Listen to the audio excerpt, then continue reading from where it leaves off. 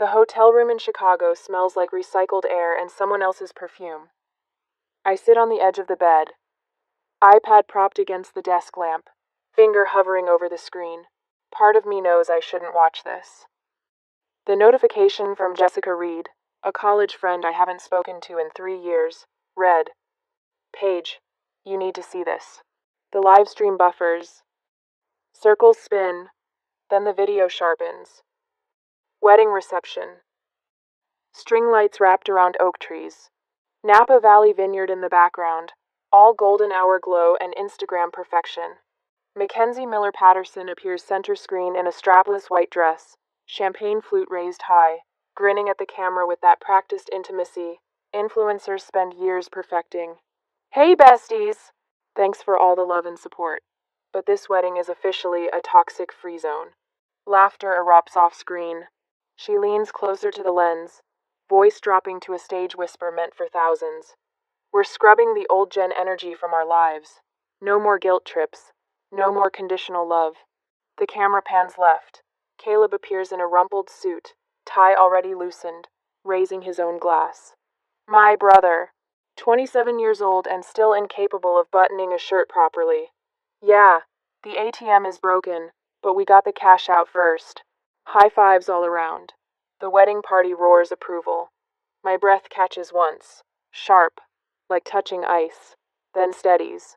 I set the iPad down with deliberate care.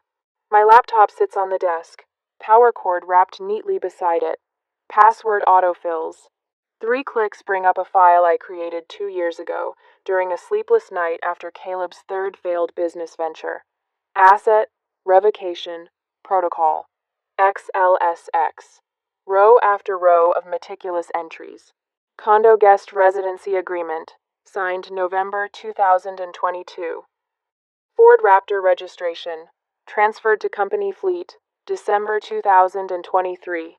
Credit card account number, authorized user status active since 2020. Each asset Caleb uses, cataloged with dates and dollar amounts. 5 years of enabling, documented in Times New Roman, size 11 font.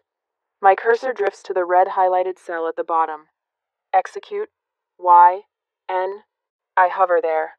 30 seconds pass. My hand trembles. The trembling pulls me backward 13 years.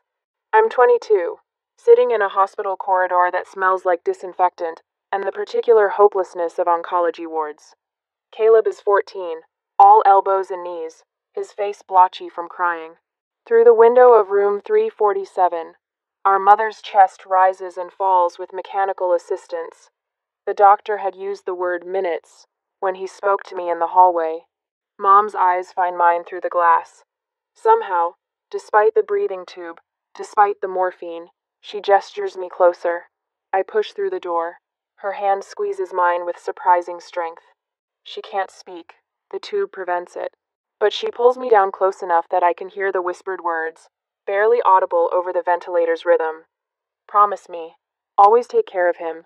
He's still just a boy. I nod, tears streaming hot down my face. I promise, Mom. I promise. That promise became my chain.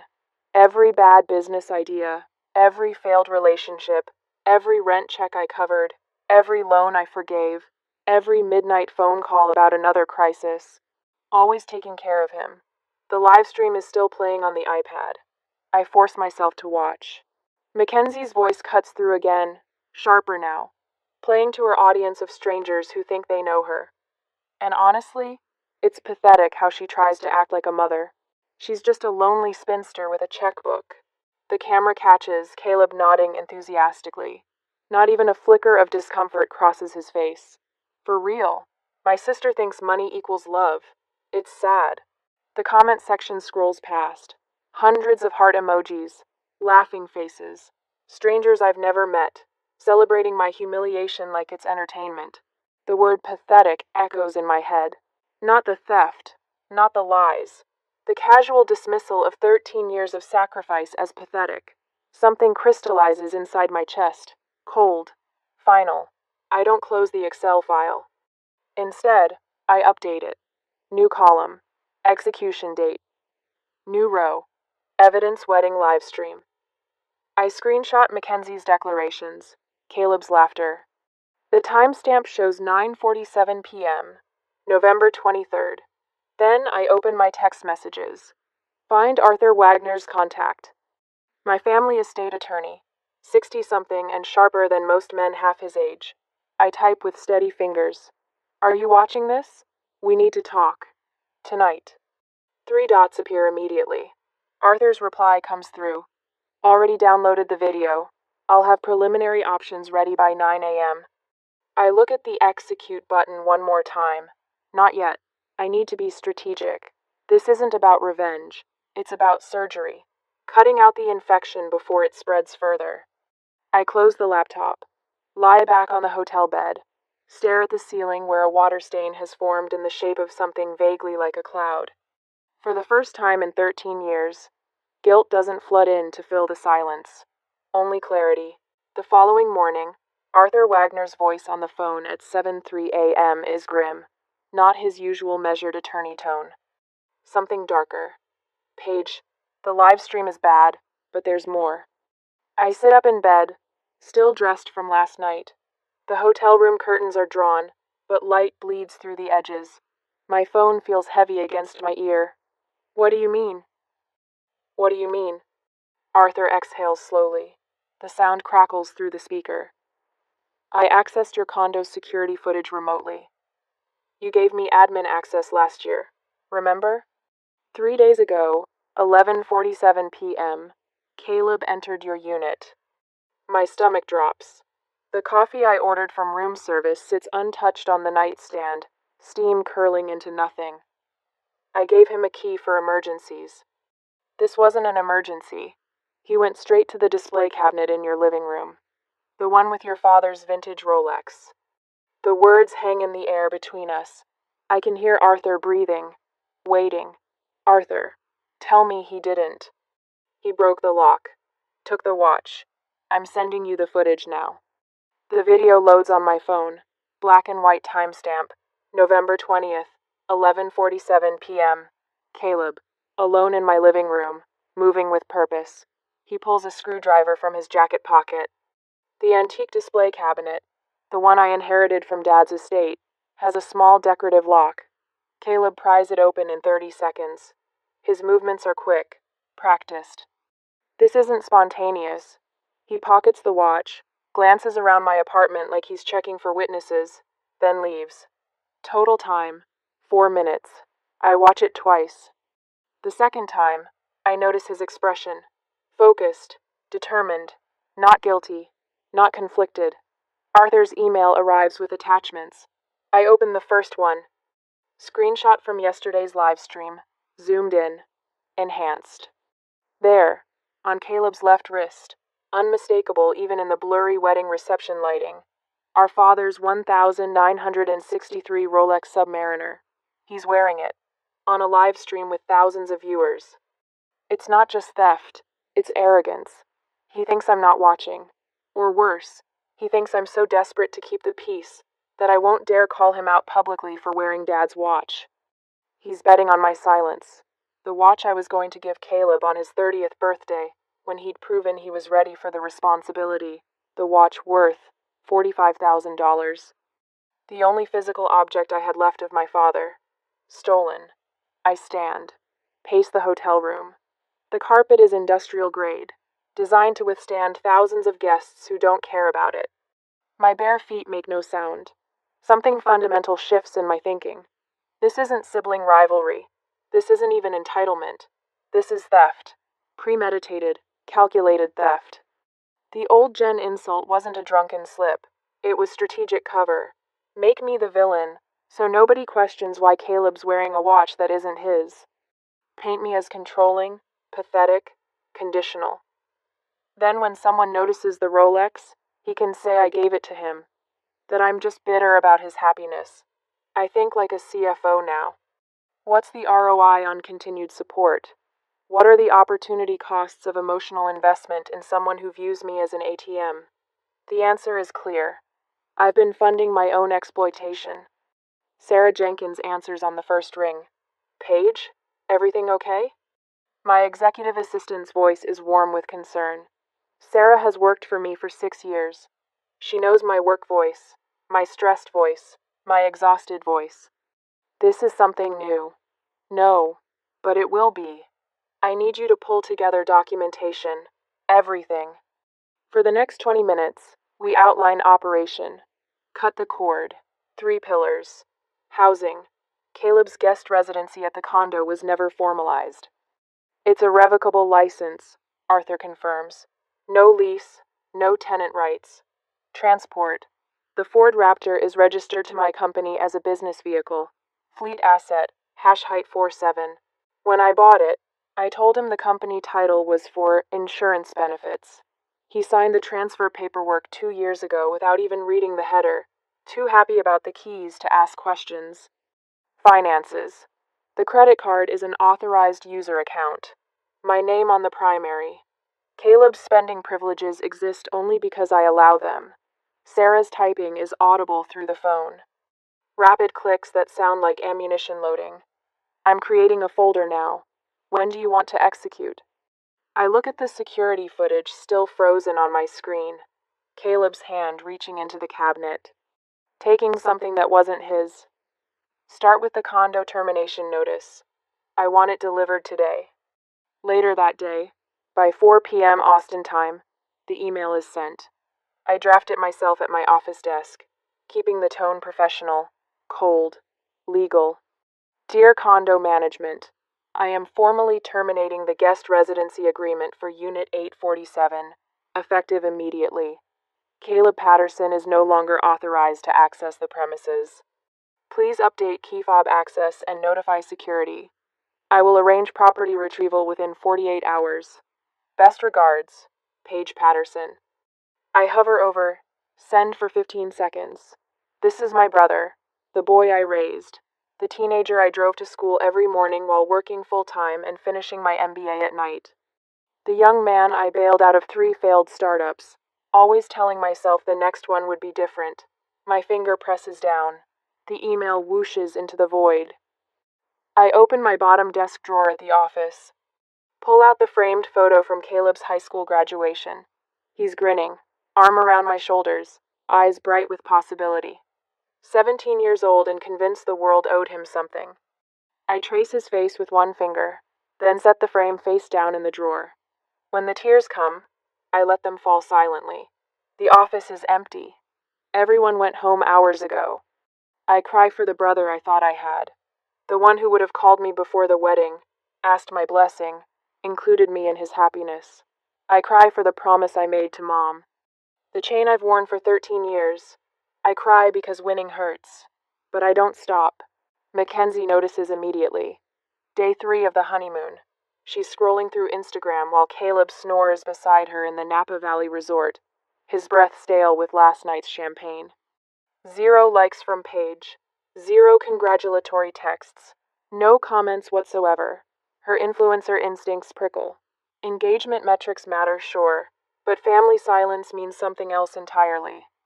She nudges Caleb awake with her elbow. Babe, your sister's ghosting us. Caleb groans, fumbles for his phone on the nightstand, squints at the screen through one eye. Weird. Maybe she's just busy? Mackenzie's eyes narrow. She sits up, pulling the sheet around her shoulders. Or maybe she's planning something. We pushed hard with that live stream. What if she cuts us off?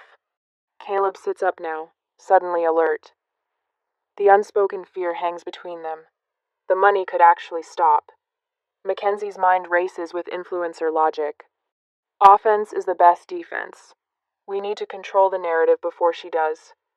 By 9 that night, Mackenzie's new TikTok is live. She's perfected the concerned victim aesthetic. Minimal makeup, messy bun, sitting on the hotel bed in a tank top. The lighting casts soft shadows that make her look vulnerable. Hey everyone, I need to share something really hard. Deep breath. Her eyes glisten, though no tears actually fall. My sister-in-law is trying to ruin my wedding, not just emotionally, financially. She details a fabricated story. Paige allegedly promised to pay for the wedding, then withdrew support at the last minute. We had to max out credit cards because she wanted to punish Caleb for marrying me. She's always been controlling, but this is a new low. The kicker. She tags Paige's company, shows the logo on screen, mentions the name clearly. Patterson Logistics, Austin, Texas. I just think people should know what kind of person runs your supply chains. The comments explode within minutes. Hearts, crying faces, outrage on her behalf. Within 2 hours, 47,000 views. My phone rings at 6:47 the next morning. CEO Marcus Thornton. Marcus is usually calm, measured in his speech, but today his voice comes through tight. Paige, the board is asking questions. My stomach clenches. I'm still in my kitchen, coffee untouched, staring at the mug like it might offer answers. I'm aware of the TikTok, Marcus. It's fabricated. The truth doesn't matter right now. The optics do. We are 2 weeks away from the merger announcement. Our Google reviews are being carpet bombed. 23 one-star ratings in the last hour, all mentioning you by name. I close my eyes. The kitchen feels too bright suddenly, the morning sun cutting through the windows like an accusation. What do you need from me? Marcus's tone hardens. I can't have your family drama trending while we're trying to close $1 billion deal. Fix this, quietly, today. Or we'll have to discuss if you're the right face for this merger. The line goes dead. I sit in my kitchen, coffee going cold, realizing this isn't just drama anymore. It's an existential threat to my career. Everything I've built for 13 years, threatened by lies told in a hotel room for internet points. I almost break. I open my contacts, scroll to Caleb's name. My thumb hovers over call. I could fix this with one conversation. Apologize for things I didn't do. Promise to keep funding their lifestyle. Restore peace. Make it all go away. My fatal flaw whispers, "You promised Mom. You're supposed to take care of him." The phone nearly touches my ear. Then Sarah's voice cuts through from the doorway. "Don't." I look up, startled. Sarah walks over, letting herself in with the spare key I gave her years ago. She's still in her gym clothes, face flushed from her morning run. She takes the phone gently from my hand. "They're bullying you because they think you're weak, because you've always backed down. You need to show them you're the shark, not the bait." I stare at my assistant, Sarah, who's worked for me for 6 years. Sarah, who's never seen me cry until this week. Sarah, who's witnessed every spreadsheet, every late-night work session, every sacrifice. What if I'm not a shark? The words come out as a whisper. Sarah sits down across from me at the kitchen table. "You built a CFO career by 35 in a male-dominated field. You manage $400 million in annual logistics contracts. You rebuilt this company's entire financial infrastructure in 2 years. You are a shark. You've just been pretending to be a goldfish for your family." The words land like a slap. Physical. Sharp. I wipe tears with the back of my hand. Sit up straighter. My spine realigns vertebra by vertebra. I need to let them overextend themselves. Sarah nods. "Exactly. Let them think they're winning." I call Arthur Wagner 10 minutes later. "Don't shut down the credit card yet." Arthur pauses on the other end. "Paige, every day that card is active costs you." "I know, but I have an idea. They think attacking me publicly gives them leverage. Let's give them rope." I outline the plan. Keep the card active, but start documenting every charge. Create a paper trail that shows Caleb's spending patterns. Most importantly, get written confirmation that he acknowledges the debt. Arthur is silent for a long moment. "You're setting a trap." "I'm creating evidence. There's a difference." That night, I can't sleep. At 2:34 in the morning, my phone buzzes on the nightstand. Credit card alert. $2,847.63 charged at Napa Valley Resort and Spa. Presidential suite upgrade. I should be angry. Instead, I smile in the darkness. I screenshot the notification with steady fingers. File it in a folder labeled Evidence Financial. Let them feast. Every charge is another link in the chain. I draft the email at 6 in the morning on day 5 of their honeymoon. My coffee sits untouched beside my laptop. going cold while I polish every word until it gleams with false defeat. Caleb and Mackenzie, I saw the TikTok videos. I understand you're angry with me, but please, this is affecting my job. My CEO called yesterday. Our company reviews are being destroyed. I can't afford to lose my career over a family misunderstanding. I've unlocked the credit card limit. Enjoy the rest of your honeymoon without restrictions. When you get back to Austin, let's sit down and talk like adults. I'm sorry for whatever I did to make you feel unsupported. Love, Paige. I read it 3 times. Make it sound even more desperate. Add a line break that suggests I'm writing through tears. Then I hover my cursor over the send button. This is the moment Arthur warned me about last night. Once you bait the trap, there's no taking it back, he'd said, his voice grave with the weight of legal consequences. They'll spend everything they can. Good. I hit send. The email whooshes into the void. The bait is in the water. 3,000 miles away in Napa Valley. Caleb's phone chimes during breakfast. I can picture it perfectly. He'll be hungover, probably wearing yesterday's shirt, reaching for his phone with one hand while shoveling overpriced food into his mouth with the other. I'm right. Mackenzie posts a screenshot to her Instagram story 40 minutes later. I see it because I've created a burner account just to monitor their feeds. The image shows Caleb's phone screen with my email displayed, and Mackenzie's caption reads, "When you stand your ground, and they finally respect your boundaries. Toxic family, no more." The comments flood in immediately. So proud of you. You deserve this, queen. I screenshot everything. File it in the folder labeled Evidence Social Media. The folder is getting thick. By noon, the first charge hits. Negative $5,247. Napa Valley Wine Collective. The descriptor notes. Private tasting. Party of 8. 8 people. Neither Caleb nor Mackenzie has 8 friends combined, which means they're buying affection from strangers now. Performing generosity with my money to people who'll forget their names by tomorrow. I forward the transaction to Martin Reynolds, my accountant, with the subject line, Evidence for Form 1099C. Martin calls within 10 minutes. Paige, are you absolutely certain about this strategy? The tax implications for Caleb will be severe. 1. That's the point, Martin. I keep my voice level, professional. Prepare the documentation. I want everything legally airtight. You're talking about a massive cancellation of debt. The IRS will treat that as income. He'll owe taxes on money he doesn't have. I know exactly what I'm doing. Martin sighs, but I hear his keyboard clicking. He's already working. You're more ruthless than most of my corporate clients. I learned from the best. The charges come in waves after that.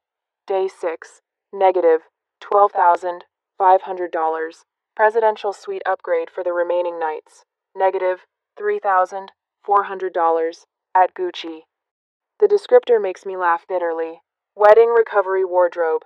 Negative $8,900 for a couple's spa package. Hot stone massages. Gold facials. Services. I've never indulged in myself because I was too busy funding Caleb's life. Day 7. Negative $6,200. The French Laundry. Michelin 3-star restaurant. Mackenzie films the entire meal for her followers, and I watch every video. She holds up a glass of wine that costs more than most people's car payments. Living our best lives now that the toxic energy is cleared. Caleb appears in the frame, toasting with his own glass. The wine sloshes dangerously close to the rim. To boundaries, he slurs slightly, and to sisters who finally learn their place. Learn their place.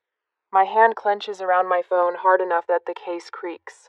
Sarah walks past my office, sees the notifications lighting up my screen, and winces.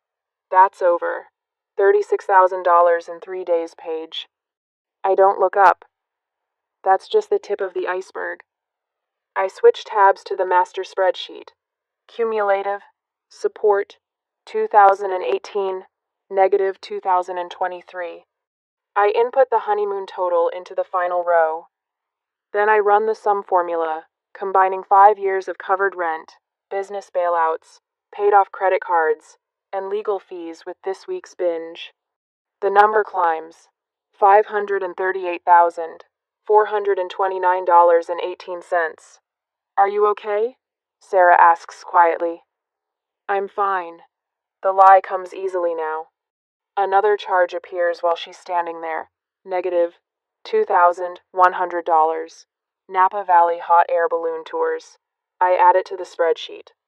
The cursor blinks in the cell next to the growing total. Sarah lingers in my doorway. You know you can still stop this, right? Cancel the card. Cut them off now. No. I save the file with deliberate precision. They need to think they're winning. Let them gorge themselves. She leaves without another word. On the afternoon of day 7, I send one final email. I craft it during my lunch break, eating a protein bar at my desk while legal language flows from my fingertips. Caleb, just to be clear, for my accounting records, you acknowledge that all charges on the card during your honeymoon, 1120 to 1127, are your personal expenses and your responsibility to handle going forward. Please confirm receipt of this email. Best, Paige. Professional. Bureaucratic. The kind of email he's seen me send 1,000 times to vendors and contractors. His response comes back in 4 minutes. Yeah, whatever, old general. Just pay the bill like you always do. I read it once. Twice. 3 times. Screenshot. Forward to Arthur Wagner with one word. Gotcha. Arthur's reply is immediate. That's written acknowledgement of debt responsibility. Combined with your forgiveness documentation, this is legally bulletproof. Well played. I should feel triumphant. Instead, I feel empty. I close my laptop, pour myself a single glass of bourbon from the bottle I keep in my bottom desk drawer for emergencies. The liquid burns going down, warm and clarifying. The office is empty now. Everyone else went home hours ago. Just me and the cleaning crew and the hum of the HVAC system. I whisper into the silence. The trap is armed. My phone buzzes one more time. Another Instagram story from Mackenzie. She's holding up a designer shopping bag, grinning at the camera. When you marry up and your new family finally recognizes your worth. I don't screenshot this one. I've seen enough. Tomorrow they fly home. Tomorrow the trap springs shut. Tomorrow Caleb discovers what happens when you mistake patience for weakness. But tonight, I sit alone in my office and finish my bourbon. The city lights of Austin glow through my window. Somewhere out there, my brother is celebrating his victory. He has no idea he's already lost. Day 8, 4:47 p.m., Austin Bergstrom International. I'm not on the flight. I didn't drive to the terminal. Instead, I'm sitting in my rental, a sensible, anonymous Honda Accord, parked in the short-term garage, Level 3, Section B. I watch the elevator bank through my polarized sunglasses. The doors slide open. Caleb strides out first, dragging 2 designer suitcases I recognize from their shopping spree. $1,200 at the Napa Valley Outlet Mall, charged to the card I'm about to obliterate. Mackenzie trails behind him, wearing oversized sunglasses despite being indoors, nursing what has to be her 3rd hangover in as many days. She's tapping furiously on her phone. I think we got at least 4 sponsored posts out of this trip, I imagine her saying. They head straight for the spot where Caleb always parks the Ford Raptor. Always parked. Past tense now. I check my mirrors. My rental is tinted, nondescript. They won't look twice at a gray sedan. Caleb stops walking so abruptly that Mackenzie nearly collides with his rolling suitcase. What the hell? He circles the empty space like the truck might materialize if he just looks hard enough. Checks his phone. No tow notifications. No missed calls. The confusion on his face would be funny if my chest didn't feel so tight. A security officer approaches, tablet in hand. Can I help you folks? Caleb stammers. Actually stammers. My truck, Ford Raptor, black, was parked right here. The officer taps his screen. License plate? Caleb provides it. I've memorized that number. The officer's expression shifts to professional neutrality. Sir, That vehicle was repossessed 3 days ago by Patterson Logistics. Said it was company property being returned to Fleet. Mackenzie's face drains of color so fast I can see it from 50 feet away. Repossessed? But Paige said. The officer shrugs. I just scanned tags, ma'am. You'll need to contact the company. They take an Uber. $67 to downtown. I know because I'm watching the charge appear on Caleb's personal debit card through the financial monitoring Arthur set up. His account balance, $347.82. 3 days ago, it was $1,200. Napa Valley burned through cash faster than he could track. I give them a 10-minute head start, then drive to my downtown office. I pull up the condo security feed on my monitor. The camera angle captures the entrance perfectly. Caleb punches his code into the entry system. The panel flashes red. Access denied. He tries again. Same result. Caleb, what's happening? Mackenzie's voice climbs into a register that sets my teeth on edge even through the monitor speakers. Mr. Rodriguez emerges from the lobby, envelope in his weathered hands. I spoke with him this morning. Guest residency terminated. No drama necessary. Just procedure. Mr. Patterson, I was instructed to give you this. Caleb rips the envelope open. I watch his eyes scan the letterhead. Wilson and Associates Property Management. Dear Mr.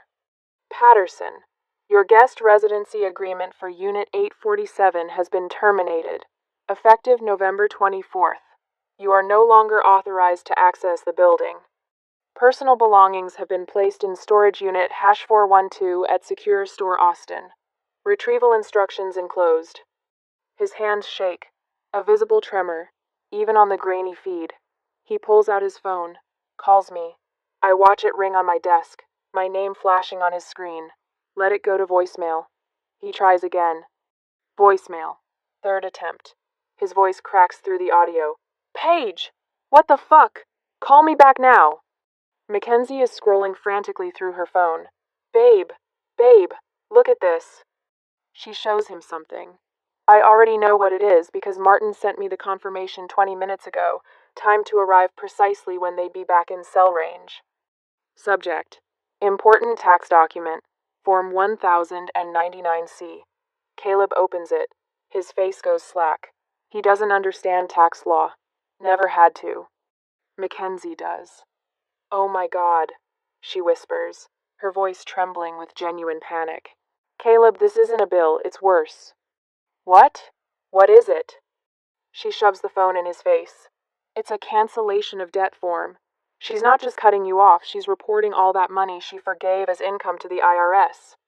You owe taxes on $500,000, Caleb. We're talking like $150,000 in taxes we have to pay now. I watch him process this. It happens in stages. Confusion, disbelief, dawning horror. The unlocked credit card, not a peace offering. The accounting records email, not bureaucracy. My silence, not sulking. All those years of support, documented. Their honeymoon binge, confirmed in writing when he replied, Yeah, whatever, old general. Gifts reclassified as forgiven debt, $538,429.18. Legally airtight, financially devastating. Mackenzie's shriek cuts through the audio feed. You said she always caves. You said she's weak. She is. Caleb's voice breaks. This is insane. She wouldn't actually.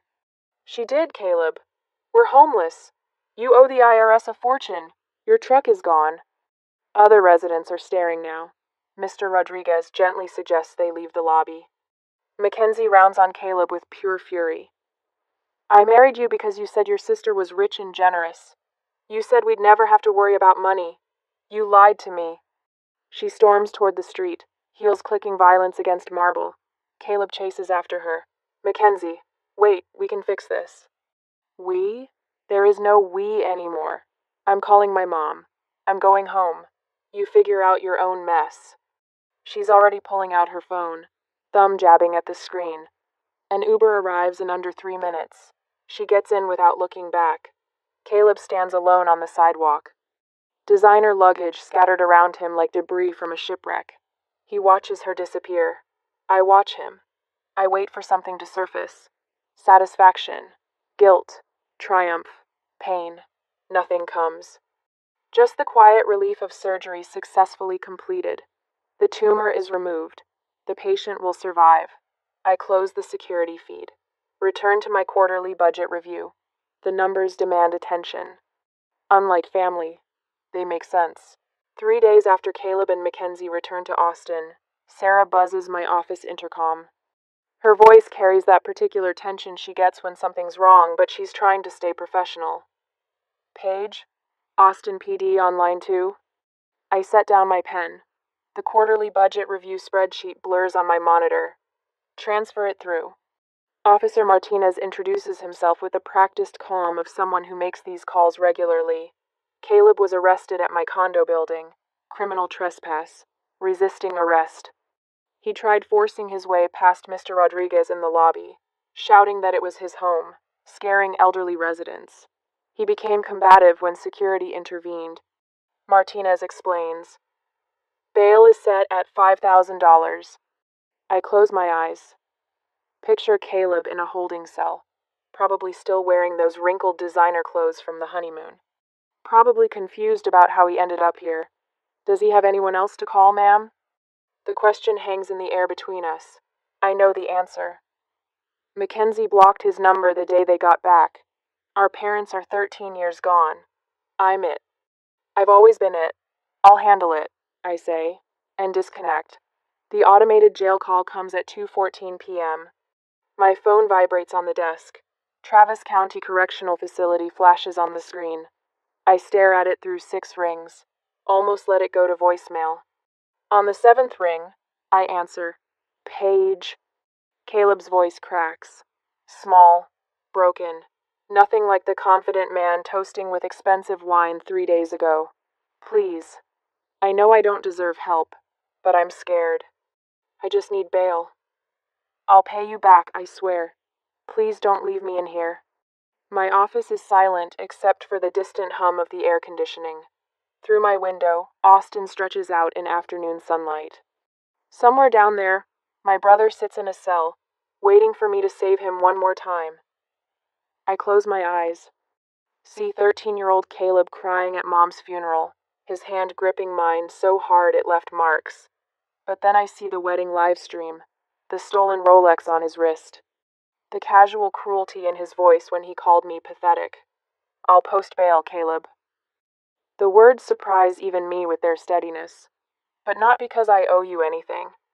Because I want peace, and this gives me leverage to ensure you never contact me again. He starts to protest. I hang up before he can finish the sentence. The electronic payment takes 90 seconds. $5,000 transferred to Travis County. I don't drive to the jail. Instead, I text Arthur Wagner with instructions.